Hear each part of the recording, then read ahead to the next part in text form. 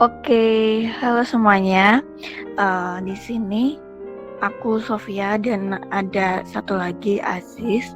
Nah, ini podcast pertama kita buat membahas tentang isu-isu apa sih yang bakal kita bahas kayak gitu. Nah, untuk pertama kali episode pertama ini, kenapa sih kita mengambil nama itu Mind Talk? Karena kita emang benar-benar pengen ngobrolin apa-apa yang menjadi keresahan kita, apa yang jadi pikiran kita, yang intinya tuh kita nggak mau tuh yang cuman ngedumel doang antar kita berdua doang, tapi kita pengen berbagi gitu kepada teman-teman semuanya terkait apa sih yang jadi pikiran kita dan apa sih yang jadi keresahan kita kayak gitu. Nah, Aziz muncul dong.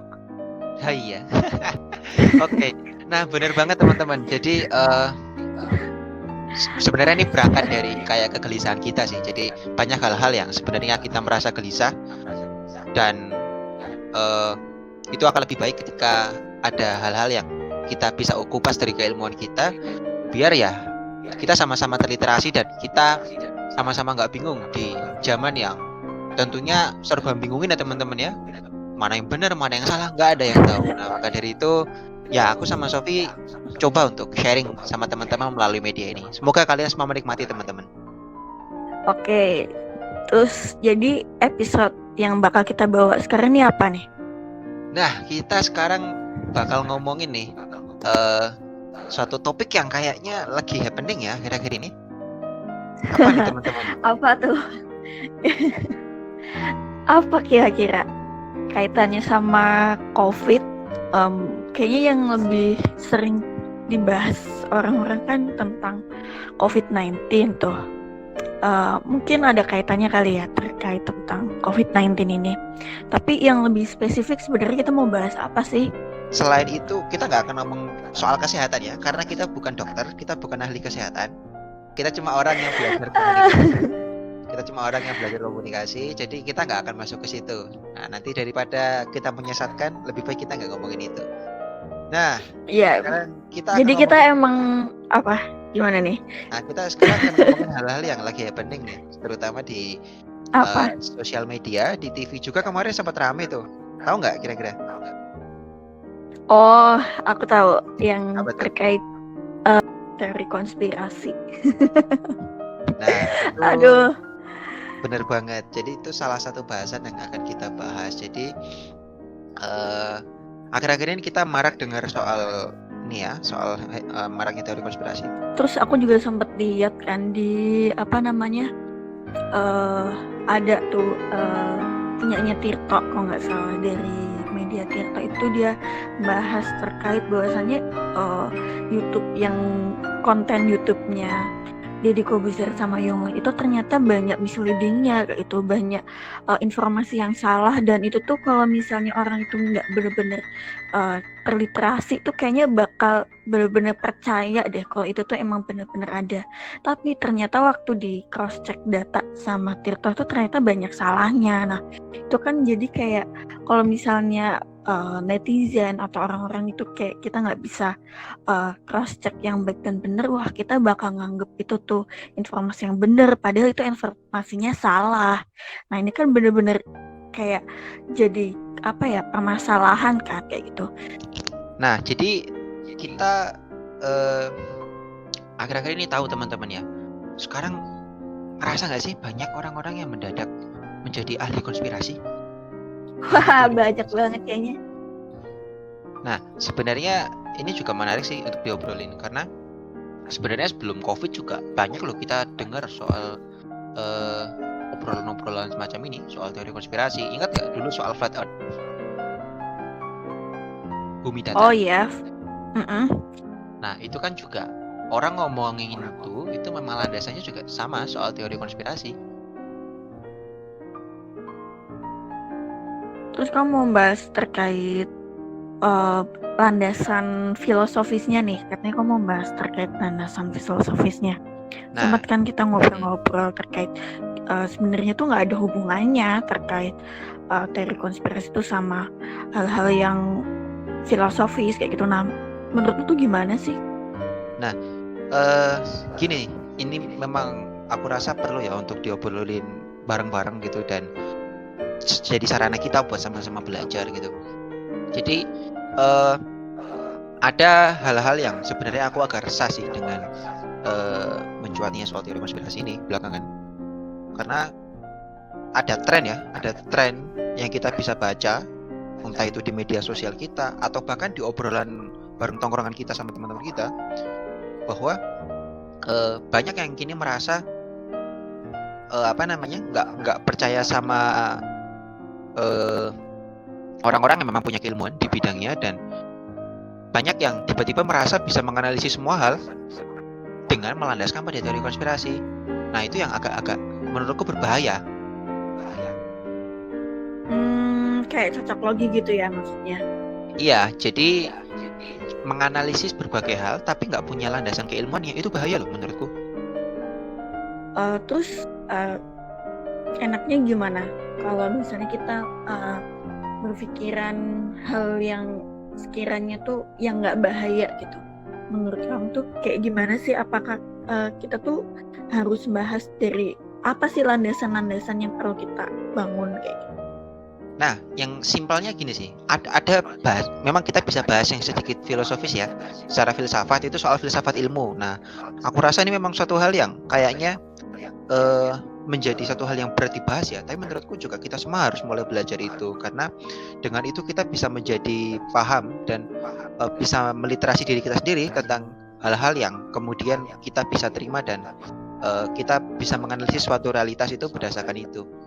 Nah, simpelnya ada 3 hal ya kalau dalam filsafat ilmu. Ada soal ontologi, epistemologi, dan aksiologi. Nah, itu dalam setiap ilmu kita selalu melandaskan pada 3 itu. Nah, cuma aku nggak akan ngomong terlalu lebar soal itu. Cuma Biasanya bakal pusing deh. Iya, bakal pusing nanti kan. Udah stres, ada pandemi, nanti tambah pusing dengerin aku kan ngomongin itu. Udah kita ngomongnya santai aja. Nah, aku lanjutin ya. Jadi intinya gini. Intinya tuh aku mau ngajak teman-teman semuanya kalau ayo kita menganalisis sesuatu itu berdasarkan ilmu. Itu beda loh antara misalkan kita menganalisis ini yang lagi rame nih, salah satu contoh ya. Kan sekarang lagi rame tuh, aku ngomong soal ini ya, soal ngomong yang aku belajar nih, soal ilmu komunikasi misalkan. Kayaknya aku juga belajar itu. Kita sama-sama ngobrol lah kalau gitu, kita sama-sama bisa bahas itu. Nah, yang agak ramai belakangan kan ini ya soal katanya media itu ini berpotensi besar untuk menciptakan ketakutan di masyarakat terkait dengan pandemi ini. Dengar nggak? Iya, aku dengar masalah itu? Yang kayak gitu. Yang kalau menurut aku itu nggak masuk akal banget sih gitu, dan kalau menurut aku itu nggak ada kaitannya. Ya apa ya?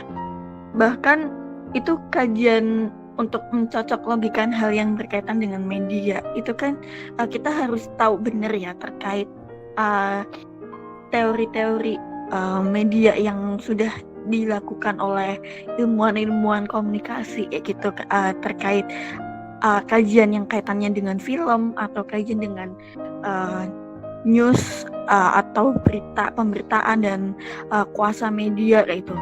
Nah, kalau misalnya dikaitin sama ini sih, kok menurutku aku nggak begitu nggak masuk akal sih menurut aku. Menurutmu gimana sih? Menurutku gini, ada satu gejala ya yang itu cukup bahaya menurutku. Nah, misalkan soal ini nih, soal yang tadi kita lagi ngobrolin. Kalau misalkan kita mau menganalisis itu sebenarnya nggak tepat kalau itu dilandaskan pada teori konspirasi loh menurutku. Karena iya benar banget. Nah, karena misalkan kalau ngomongin soal media menyebarkan ketakutan, itu nggak usah deh dianalisis pakai teori konspirasi. Ada kok teorinya gitu di ilmu komunikasi, namanya teori agenda setting. Nah, kita bisa pakai itu sebenarnya. Nah, kayaknya kamu juga perlu jelasin deh sebenarnya tuh teori agenda setting tuh yang dimaksud biar nggak salah nggak salah pemahaman gitu bagi orang-orang kayak gitu. Sebenarnya teori agenda setting tuh yang kayak gimana sih? Kenapa itu tuh apa namanya nggak ada kaitannya dengan teori konspirasi. Nah, sebenarnya gini teman-teman, kita harus membedakan ya untuk menganalisis berbagai hal itu pakai teori beneran dan pakai teori konspirasi. Teori konspirasi yang jelas dia nggak kita tahu bahwa coba kita pikir deh, teori konspirasi itu kalau aku tanya dia sebenarnya bagian dari cabang ilmu apa sih? Aku juga nggak tahu, sumpah aku beneran nggak tahu sebenarnya itu ilmu apa, dan jujur aku tuh nggak begitu percaya banget terkait teori konspirasi ini. Soalnya ada beberapa hal tuh yang kalau yang terpapar ke aku ya, itu tuh kayak lebih ke arah cocok logi kayak gitu. Jadi kayak aku ngerasa masa sih kok kayaknya enggak kayak gini kayak gitu, masa kayak gini kayak gitu. Jadi cocok logi yang bikin aku jadi kayak nggak masuk akal kayak gitu. Nah mungkin apa ya, kamu punya pendapat lain ya untuk terkait itu. Kalau aku sendiri sih pribadi nggak terlalu yakin terkait teori itu, walaupun aku mengamini kalau misalnya teori itu emang ada, cuman aku nggak tahu kalau misalnya itu tuh sebenarnya teorinya tuh masuk ke cabang ilmu mana, atau jangan-jangan kita perlu membuka satu apa ya, kayak fakultas atau disiplin ilmu baru, yaitu tentang ilmu konspirasi kayaknya soalnya ini udah jadi peminatannya kayaknya semakin banyak untuk ikut itu terkait keilmuan konspirasi ini kayak gitu. Karena kayak apa sih yang kan kalau aku lihat ya, kalau teori konspirasi kan apa yang kita tidak tahu, kayak undercover ilmu gitu kan, apa yang kita tuh nggak tahu tiba-tiba terbongkar semua kayak gitu. Walaupun sebenarnya kalau aku lihat itu sebenarnya ada beberapa hal yang itu tuh sebenarnya bukan teori konspirasi, tapi bidang ilmu lain tuh juga membahas, tapi penamaannya bukan teori konspirasi. Ya nggak sih kayak gitu? Bener banget. Nah sebenarnya aku balik lagi tadi ya soal relasinya sama yang tadi ya, soal media tadi ya. Nah jadi sebenarnya gini, ada satu teori tuh yang sebenarnya kita bisa pakai untuk menganalisis asumsi itu ya. Jadi ada satu teori namanya teori agenda setting. Nah simpelnya gini, teori agenda setting itu dia bilang kalau media itu dalam setiap pemberitaan dia pasti punya agenda. Iya, benar banget. Nah sederhananya kalau kita kontekskan ke persoalan yang kita lagi ngobrolin sekarang rame-rame ini, kalau misalkan menyebarkan ketakutan, misalkan dianggap media menyebarkan ketakutan, itu seru tuh. Nah asumsinya kan berarti dan juga udah banyak juga yang bilang bahwa kok media kita ini ya cuma memberitakan hal-hal yang negatif ya. Nah kan ada tuh yang ngomong kayak gitu, dan itu memang masuk di teori agenda setting, bahwa kalau kita kontekskan ke yang ini, sederhananya adalah media punya kekuatan untuk membentuk pola pikir audiens, dan ini ada kaitannya juga dengan ekosistem media kita. Ya, kuasa media kan. Ini satu bahasan ya. Dan masih banyak bahasan yang sebenarnya masih bisa kita gali terkait teori ini dan konteks masalah sekarang ini. Media itu kan dia ini ya harus menghidupi dirinya sendiri. Nggak mungkin dong satu stasiun televisi atau stasiun surat kabar misalkan dia nggak ini, atau misalnya media online sekalipun dia nggak mencari cara untuk menghidupi dirinya sendiri. Nah kita harus tahu media itu bisa menghidupi dirinya sendiri itu lewat apa? Lewat iklan kan?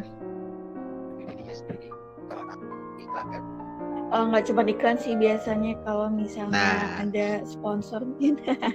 Sederhananya kan memang harus ada uang masuk, entah itu berupa iklan, sponsor dan sebagainya, entah itu advertorial sekalipun ya. Itu juga banyak lah yang memang jadi komponen. Nah tapi intinya salah satu poin adalah iklan seperti itu.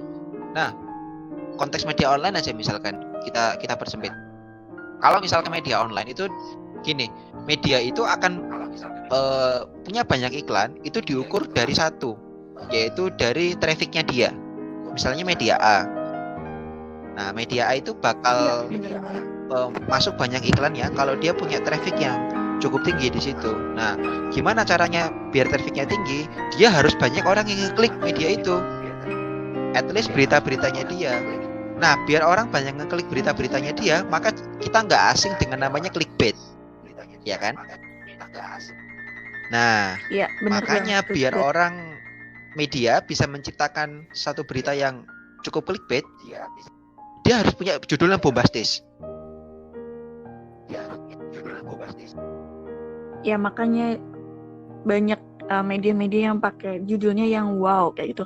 Terus aku pernah dapat sih kalau misalnya itu masuknya ke kategorinya ke Benar. ekopol media ya, ekonomi politik media kan. Itu kan jadi kita membahasnya lebih ke arah ekopol media itu sendiri kayak gitu. Kalau misalnya yang terkait judul clickbait atau bombastis, sebenarnya aku pernah sih dapat kayak misalnya waktu aku pernah ketemu sama salah satu redaktur atau wartawan kayak gitu kan, bahwasanya sekarang tuh nggak zaman lagi tuh 5W1H kayak gitu. Untuk kita ini pemberitaan tuh Apa tuh? tambah satu lagi W-nya kayak gitu. Apa tuh? Wow. Kalau misalnya nggak ada satu W itu ya udah bener-bener apa sih, nggak ada yang perlu dijual kayak gitu. Makanya munculnya clickbait itu kan karena mereka kayak ngeliat harus ada yang menonjol nih kayak gini, harus ada yang nilai jualnya nih, harus ada yang bener-bener apa sih yang bikin gugah orang tuh buat apa terguncang emosinya pengen lihat kayak gitu kan, biar bisa ngeklik banyak, trafficnya makin tinggi, duitnya makin banyak. Ya benar. Kayak gitu nggak sih? Nah, itu benar banget tadi kamu yang bilang tadi bahwa ya itu menjadi realitas di media kita. Nah, tapi jangan sampai nih kita bahas kayak gitu pakai teori konspirasi, bro. Apa coba penyebabnya kalau kayak gitu? Para orang-orang yang punya pengetahuan di media, pengetahuan di komunikasi pada nganggur, bro. Iya, aku jadi pengangguran nanti. Gak punya pekerjaan. Sama orang-orang teori konspirasi tentunya. Nah, tapi poinnya bukan itu sih, itu bercanda aja, itu intermezzo lah. Cuma poinnya adalah kita harus mulai belajar ya untuk mendasarkan berbagai informasi pada orang-orang yang punya kredibilitas gitu. Jadi tentunya kita nggak asing dong soal literasi media, soal kita menyaring informasi kita. Benar banget. Jadi bijak kita lah pakai media biar kita nggak kemakan berita-berita yang itu nggak jelas informasinya. Salah satunya adalah itu tadi, dengan kita mendasarkan informasi-informasi itu pada orang-orang yang punya keahlian, yang punya keilmuan di bidang itu. Biar apa? Biar kita dapat informasi yang jelas. Bahasanya ini, bahasa ilmiahnya jelas, landasan epistemologinya. Bahasa sederhana, waduh berat ya. Waduh. Nah, sederhananya biar kita dapat informasi dari orang yang jelas, belajar di bidang itu dan menganalisis fenomena-fenomena itu dengan ilmuwan yang ada. Kita nggak mau kan dengerin orang-orang yang itu nggak punya menganalisis sesuatu tapi nggak berdasarkan landasan keilmuan, asumsi doang. Iya, banyak kok sekarang, bahkan kayak banyak yang dia itu bukan ahli tapi merasa kalau dia itu ahli di bidang itu gitu. Kayak misalnya tuh banyak kan, kayak kalau di Twitter itu bahasanya social justice warrior ya. Kayak misalnya yes. Jadi kayak misalnya dia mengeklaim bahwa misalnya ini tuh nggak benar dan menurut dia tuh yang benar kayak gini dengan asumsinya dia, dan dia secara nggak langsung tuh dia tuh ahli di bidang itu kayak gitu. Dan orang itu karena dia nggak netizen yang lain tuh kayak nggak tahu backgroundnya dia itu apa, makanya tuh dia netizen tuh juga bakal percaya apa yang jadi omongannya dia gitu loh. Sedangkan padahal dia itu tuh belum tentu benar karena dia belum pakarnya kayak gitu. Banyak banget kejadian-kejadian kayak gitu yang bikin ya ampun, kayaknya nih lama-lama kayak pakar-pakar keilmuan nih lama-lama sepi job kayaknya.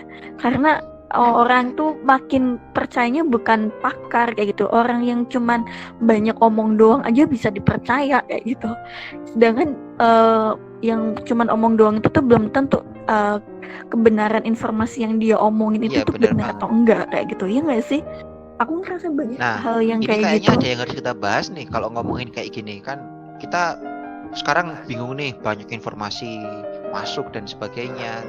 Yang itu nggak tahu mana yang benar, mana yang salah. Nah, ada dua hal yang menurutku bisa kita bahas, yaitu soal infodemik dan juga post truth. Nah, kayaknya kamu bisa bahas itu deh. Oh, oh, oke. Aku kayaknya bakal bahas Ya, yang gimana tuh? Apa tuh infodemik? infodemik deh. Yang mungkin kayaknya infodemik. Jadi kan kayaknya tuh kita tuh udah sering banget ya bahas apa sih infodemik kayak gitu. Mungkin yang lebih bahasa yang sederhananya itu mungkin teman-teman ya kalian semua tahu dan kamu juga tahu mungkin ya terkait banjir informasi kayak gitu. Nah, kayak misalnya di masa pandemik sekarang ini kan, masa-masa COVID-19 itu kan orang itu kan makin gelisah, resah, terus kayak khawatir gitu kan. Terus informasi terkait penanganan COVID dan sebagainya itu kan semakin banyak tuh, banjir informasi di mana-mana sampai nggak bisa tuh terfilter mana tuh informasi yang valid, mana informasi yang nggak valid dan sebagainya, sampai frekuensi informasi itu semakin membludak kayak gitu, saking kita nggak tahu ini informasi yang benar atau yang salah sih kayak gitu kan, sampai orang tuh bingung itu yang benar yang mana, yang salah yang mana gitu. Nah, banjirnya informasi dan kita banyaknya informasi yang kita dapat terkait hal-hal yang berkaitan dengan pandemi itu secara sederhananya itu namanya infodemik kayak gitu. Walaupun sebenarnya WHO sendiri tuh punya istilah sendiri sih yang hampir sama apa yang aku omongin itu. Nah, mungkin istilah sederhananya itu sih yang aku obrolin. Nah, itu bahaya banget sih menurut aku Kenapa tuh? terkait infodemik ini. Kalau misalnya kita benar-benar nggak bisa terfilter baik-baik, karena banyak banget yang tadi kita obrolin kan tadi, bahwasanya banyak orang yang dia ngasih tahu informasi, ya mungkin dia niatnya baik, ngasih tahu baik do's and do's-nya tuh apa yang bakal kita lakuin kayak gitu. Cuman terkadang orang yang ngasih tahu tuh kadang tuh bukan ahli pakar, atau enggak dia nggak cross check lagi tuh apakah itu tuh benar atau enggak sih kayak gitu kebenarannya kayak gitu kan. Nah, bahkan yang apa yang dia omongin tuh kadang tuh salah kayak gitu, bahkan nggak valid, bahkan ternyata ahli pakar pun juga nggak ngomong kayak gitu. Nah, berarti kan ada yang salah tuh. Bahkan munculnya infodemik itu tuh banyak banget, hoax itu tuh makin banyak kayak itu, banjir informasi, infodemik itu tuh makin banyak tuh informasi terkait hoax atau misinformasi, informasi yang salah itu makin banyak kayak gitu. Nggak cuma informasi yang salah doang sih, bahkan rumor-rumor itu pun juga makin banyak kayak gitu. Nah, itu bahaya sih kalau misalnya kita tuh bahayanya apa, karena gara-gara infodemik dan banjir informasi itu orang makin takut kayak gitu. Salah satu ketakutan nih, mungkin yang kita tahu itu kayak misalnya panic buying. Ingat kan waktu pas awal-awal COVID muncul itu banyaknya panic buying yang sampai ngantri beli masker berjejer-jejer sampai harus ngantri panjang banget tuh. Yang jadi komoditi, apa yang jadi pasaran itu jamu-jamuan. Sampai ada jamu anti corona. Itu kemampuannya melebihi dokter itu, bisa nemu antivirusnya. Kalau dijual ya langsung dijual langsung. Gimana? Wah, Indonesia langsung kaya itu. Orang-orang bisa langsung jual itu, dijual ke internasional. Wow, keren kita Indonesia menemukan obat untuk menghapuskan corona.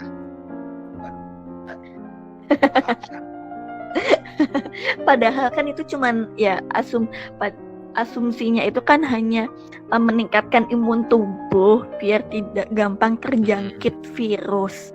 Tapi bukan berarti itu tuh anti corona kayak gitu.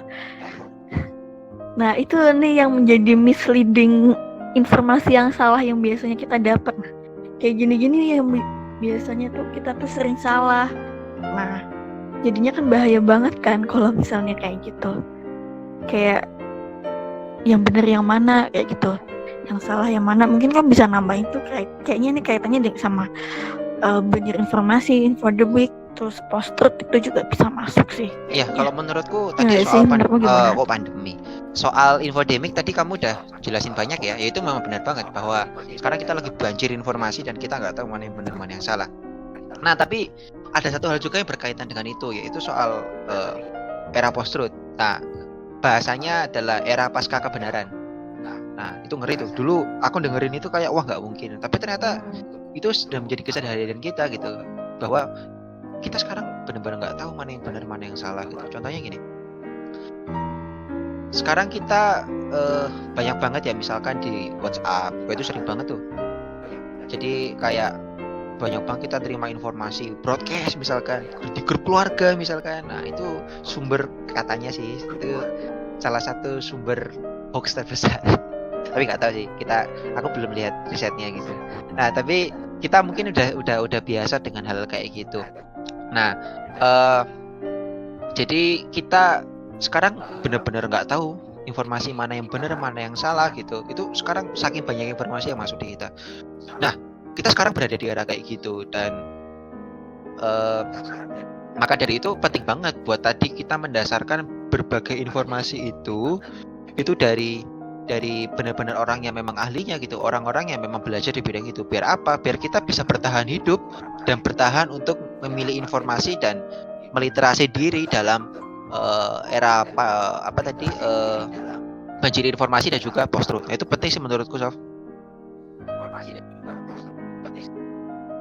Oke, kayaknya ini kaitannya sama mungkin bisa kita kaitin sama yang tadi kita awal-awal bahas kali ya, kaitannya sama apa namanya yang lagi in banget terkait teori konspirasi dan waktu banyak hal yang dia kaitin sama berkaitan sama media gitu kan. Bahkan gak cuma media doang sih, bahkan yang kayaknya ini juga berkaitan sama ahli pakar yang lain, apalagi ahli pakar kesehatan. Nah, ini kayaknya menarik banget sih kalau misalnya kita bahas terkait bukunya profesor yang ada di Amerika nih, Tom Nichols, yang bukunya tentang The Death of Expertise, The Campaign Against Established Knowledge and Why It Matters.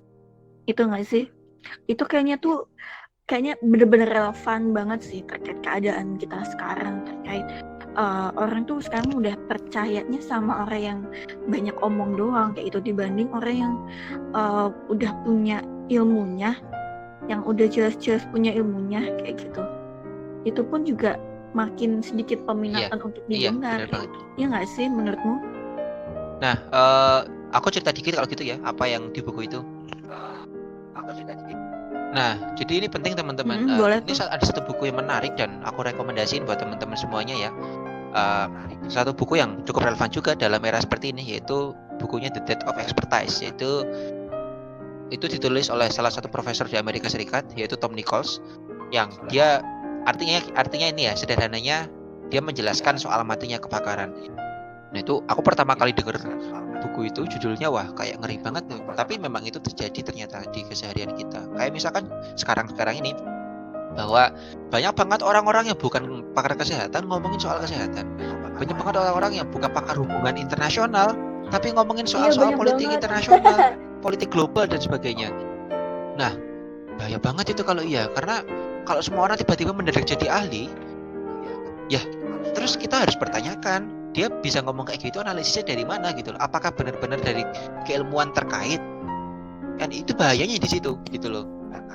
Nah, jadi Tom Nichols juga di sini juga sedikit banyak ngomong soal matinya kebakaran itu. Nah, matinya kebakaran itu bagi Tom Nichols itu bukan hanya penolakan atau pengetahuan yang ada, tapi dia juga sebenarnya ini bagian dari penolakan terhadap sains kayak gitu. Ini keras banget ya menurutku, bahwa itu penolakan terhadap sains yang di sini merupakan dasar dari peradaban modern.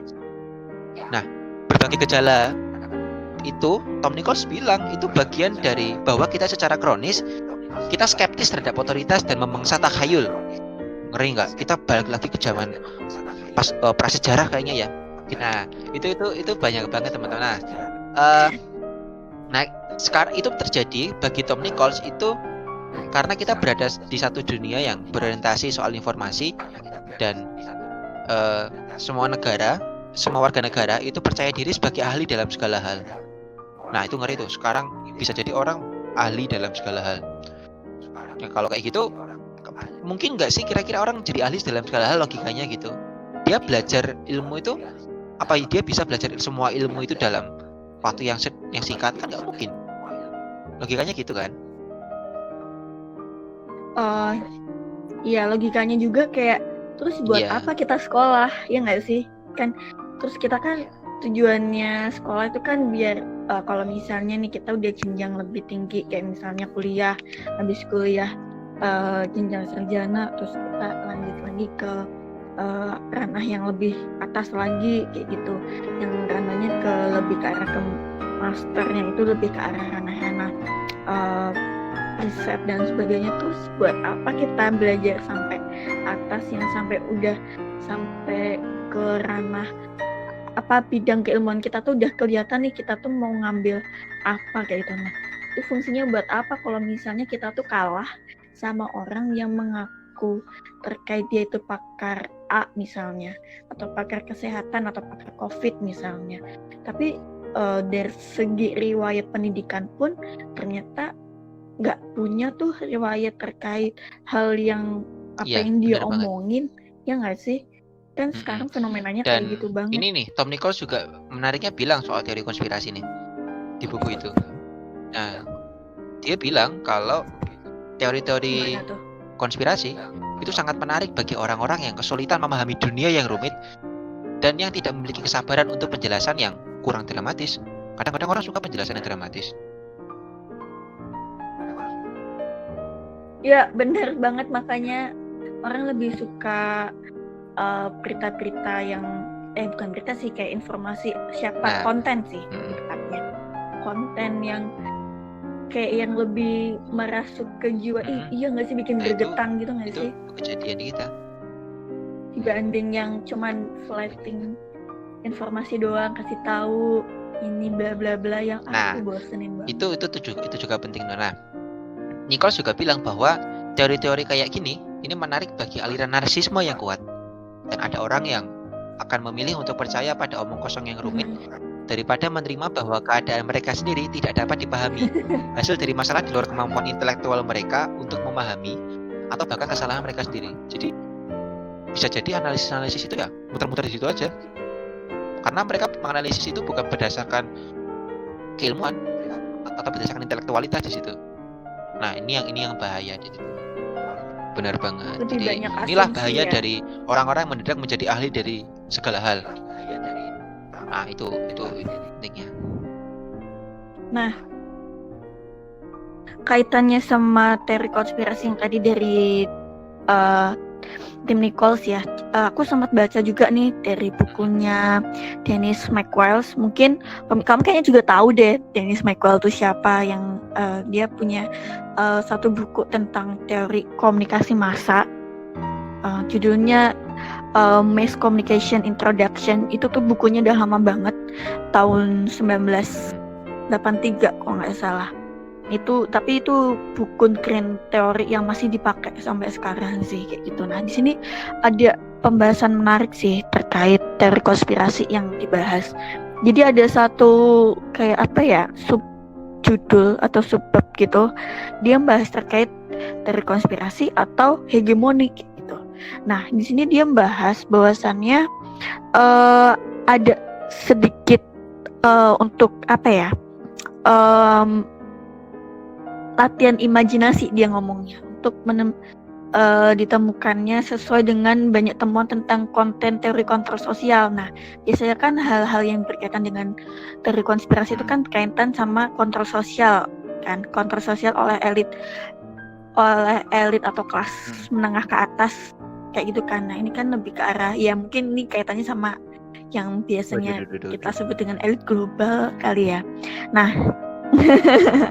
tapi yang menjadi kelemahannya dari teori ini tuh, kalau Dennis McWiles tuh menyampaikan bahwasannya adanya kurang penjelasannya yang baik kayak gitu loh, tentang bagaimana kelas ini berkuasa. Ya Iya iya benar. juga sih kayak gitu, ya nggak sih. Jadi untuk mencapai kecenderungan untuk menggunakan media ini memang jadi hal yang menjadi kesulitan untuk menentukan mereka itu melakukannya sama sekali atau enggak kayak gitu. Iya benar banget. Paham nggak? Jadi tuh di sini, tuh kalau aku lihat itu tuh terus ini kan sama aja sama teori hegemoni yang biasanya kita kaji kan. Terus kalau misalnya kita kaitin sama teori konspirasi, ya ini akan menjadi kurang masuk kayak gitu. Bahkan jadi kurang penjelasan yang baik tentang hal yang tadi aku sebutin tadi kayak gitu. Nah, dan ini tuh biasanya tuh karena pengalihan ketidakpuasan atau frustasi terhadap penyimpangan kontrol sosial yang ada sih kayak gitu, bagaimana kelas ini berkuasa kayak gitu. Nah ini mungkin kayaknya masuk juga dari yang tadi kamu bahas terkait Nichols tadi kan, yang terkait bahwasannya kesulitan untuk memahami dunia yang rumit kayak gitu, untuk dan tidak memiliki kesabaran untuk penjelasan yang kurang dramatis. Ya nggak sih, ya hampir sama kayak gitu. Bahkan ini sebenarnya kita bisa masuknya ke hegemoni kayak gitu, bukan ke arah teori. Iya benar-benar. Jadi intinya kan satu, bahwa kita itu jangan asal percaya sama orang-orang yang menyampaikan informasi. Jadi kita perlu untuk menyaring ya. Jangan semua kemudian kita percaya, tapi kita apalagi terkait dengan hal-hal yang berbau keilmuan ya, atau membaca realitas, ya kita perlu untuk mempercayakan diri pada orang-orang yang memang memiliki keahlian di bidang itu, memang belajar di bidang itu. Karena penting banget buat kita percaya kayak gitu, karena kita tentunya harus dong untuk percaya suatu suatu analisis yang itu memang didasarkan pada ilmu pengetahuan, bukan didasarkan pada asumsi semata. Nah ini jadi penting loh di tengah tadi infodemik, post-truth dan sebagainya. Ini penting sih buat kita semuanya terapin bareng-bareng gitu. Ya intinya buat kesadaran teman-teman semuanya itu penting banget terkait literasi medianya. Literasi media ini tuh nggak cuman jaga media, gimana cara kita tuh jadi smart people, ya nggak sih Kim? Ya kalau misalnya kita asal nonton atau asal mengkonsumsi konten apa yang kita konsumsi, tapi kita nggak tahu itu tuh sebenarnya konten yang diisi itu tuh benar atau enggak, ya bisa jadi tuh kita masuk ke terjerumus hal yang susah ditebak kalau misalnya itu tuh salah kayak gitu. Terus kayak misalnya nih, aku juga nggak nyangka sih kalau ternyata banyak influencer atau youtuber yang ternyata tuh menginfluence atau mempengaruhi dampak buruk kayak gitu. Salah satunya dengan memberikan informasi-informasi yang salah. Sedangkan ini tuh disayangkan banget kayak gitu. Orang kan sekarang lebih percaya sama influencer, orang lebih percaya sama youtuber, selebgram, atau orang-orang yang menurut dia itu tuh panutannya kayak gitu loh, dibanding tokoh publik kayak misalnya pejabat publik, ya kan? Karena mungkin kayaknya ini efek dari kemarin pemilu kemarin deh kayak gitu. Cuman aku nggak tahu pasti sih. Jadi mereka lebih panutannya lebih ke influencer kayak gitu kan kalau aku lihat.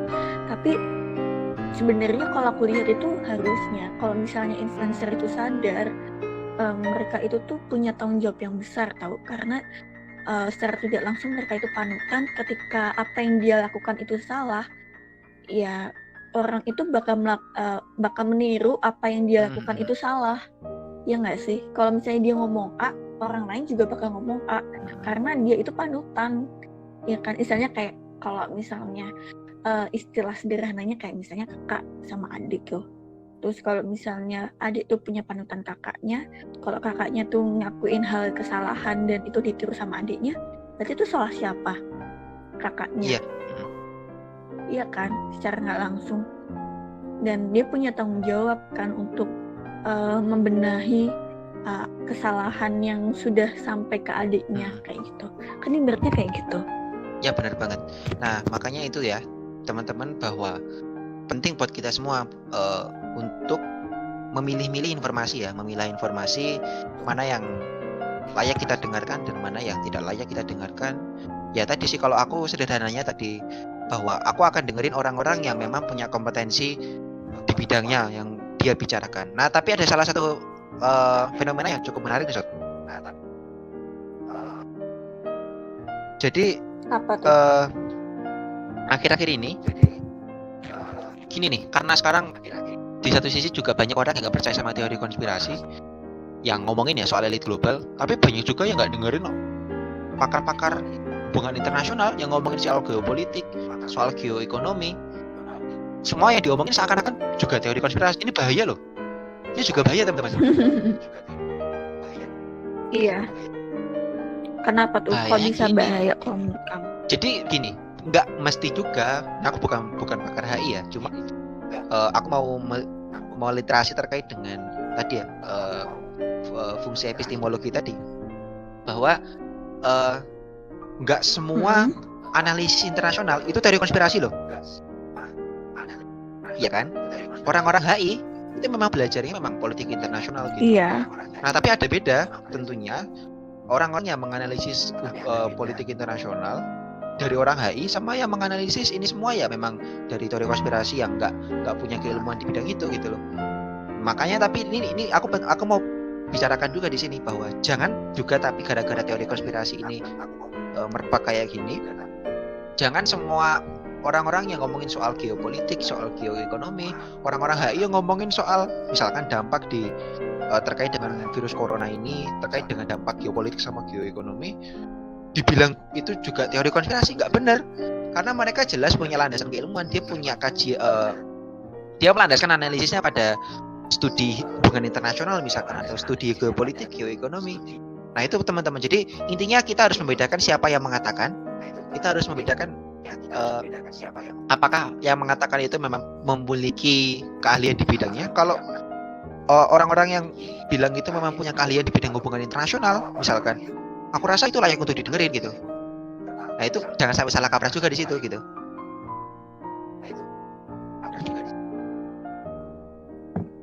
Iya benar banget sih kayak gitu.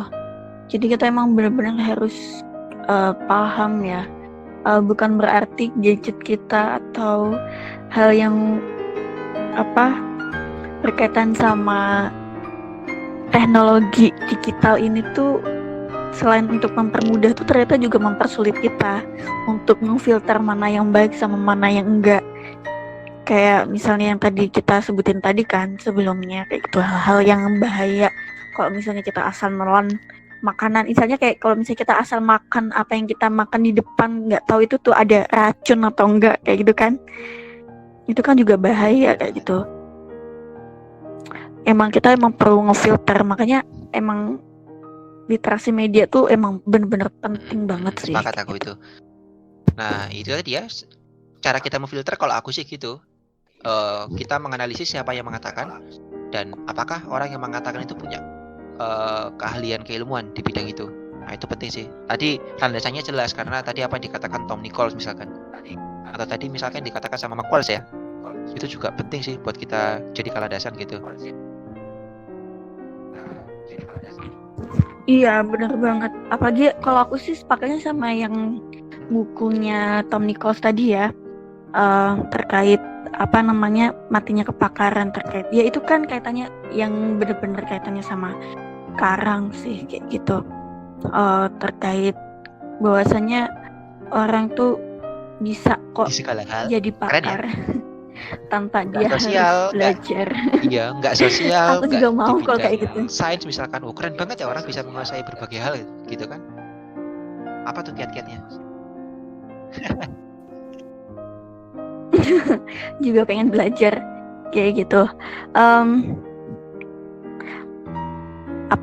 Kita mau bahas, kita kayaknya perlu membuat terkait hal yang lebih spesifik gitu. Kayak apa sih yang bakal kita lakuin kalau misalnya kayak gini, terkait kan kita nggak mungkin tuh tinggal diam kalau misalnya ada aja masalah terkait dengan media atau enggak komunikasi kayak gitu kan. Dan ini tuh bikin resah banget nggak sih kayak gitu. Menurutmu hal yang Nah, paling benar tuh ini kayak juga gimana penting sih? sih buat kita bahas. Jadi dengan sekarang banyak orang-orang yang nggak punya kompetensi ngomong di luar bidang keahliannya. Nah, ini aku rasa penting untuk memberikan kesempatan buat orang-orang yang punya keahlian ini biar didengerin sama orang banyak gitu. Nah, di poin inilah ada di komunikasi itu namanya science communication atau komunikasi science. Jadi science communication ini semacam apa ya? Semacam sebuah jembatan untuk menghubungkan antara ilmuwan sama masyarakat.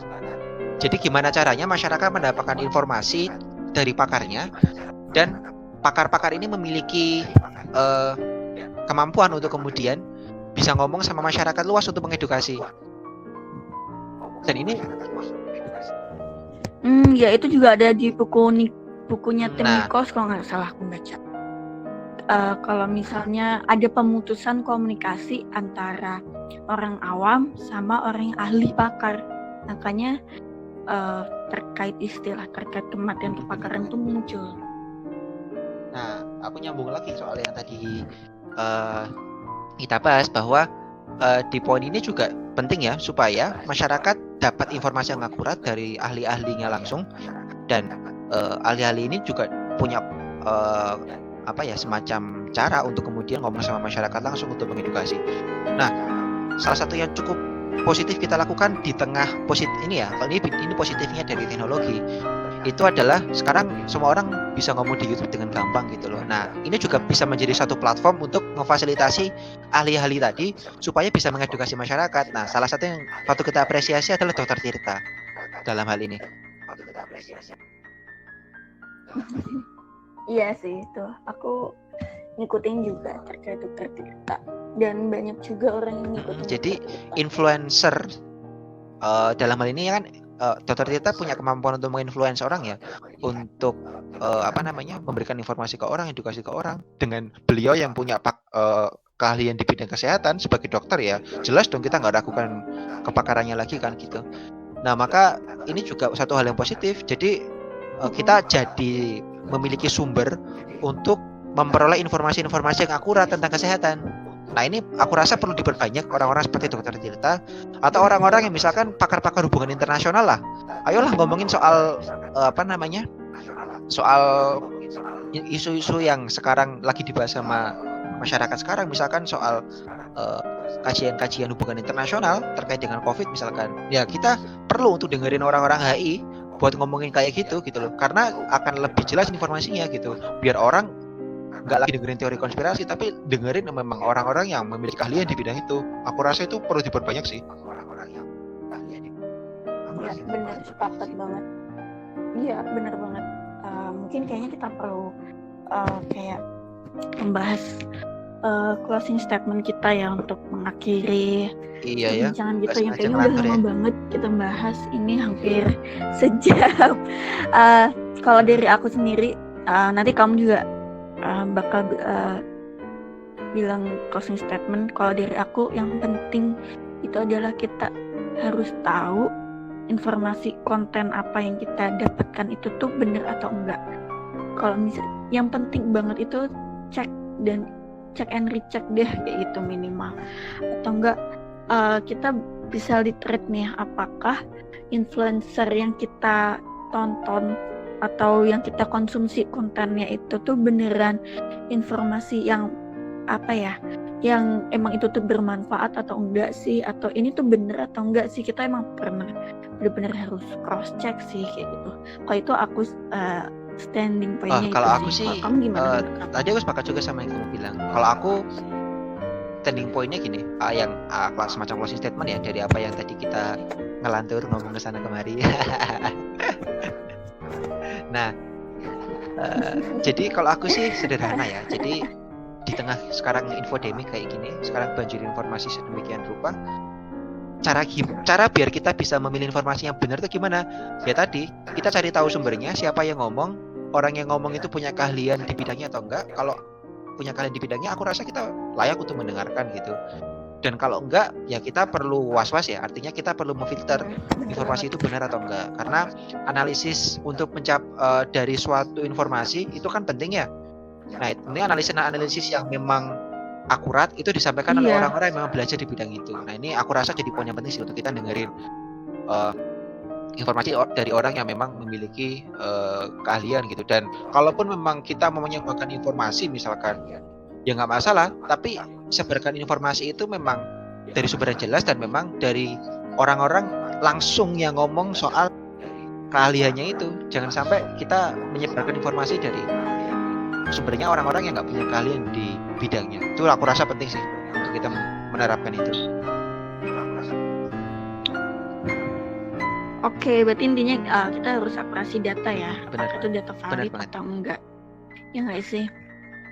Oke, kayaknya kita Iya. udah kelamaan ngantur deh terkait ngobrolin teori konspirasi, kemudian hal yang kaitan sama media, infodemik, kemudian post-truth, sampai date of expertise yang dari Tom Nichols kayak gitu. Nah, kayaknya kita perlu cukupin dulu kan ya dari pembahasan kita pada hari ini.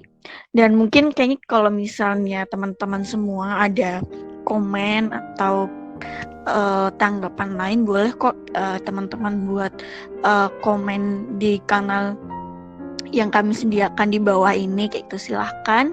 Dan tunggu episode selanjutnya apa sih yang bakal kita diskusiin lebih lanjut terkait Mentok Oh ya, satu lagi podcast belum ini. ditutup. Oke teman-teman semuanya. Kita juga kayaknya Oh ya, perlu saran gimana? dari teman-teman ya. Apa sih Apa kira-kira tuh? topik yang bisa kita bahas selanjutnya? Nah, bisa dong juga ikutan komentar. Oh iya, bener banget. Kayak komen aja kira-kira kita mau bahas apa ya kayak gitu. Iya, benar Silahkan, banget. boleh banget kok kayak gitu. Ya nggak sih? Oke, mungkin itu aja. Kalau misalnya ditunggu di episode selanjutnya Ya, dari sampai kami. jumpa. Oke, sekian dan selamat. Iya, oke, sampai jumpa. Oke.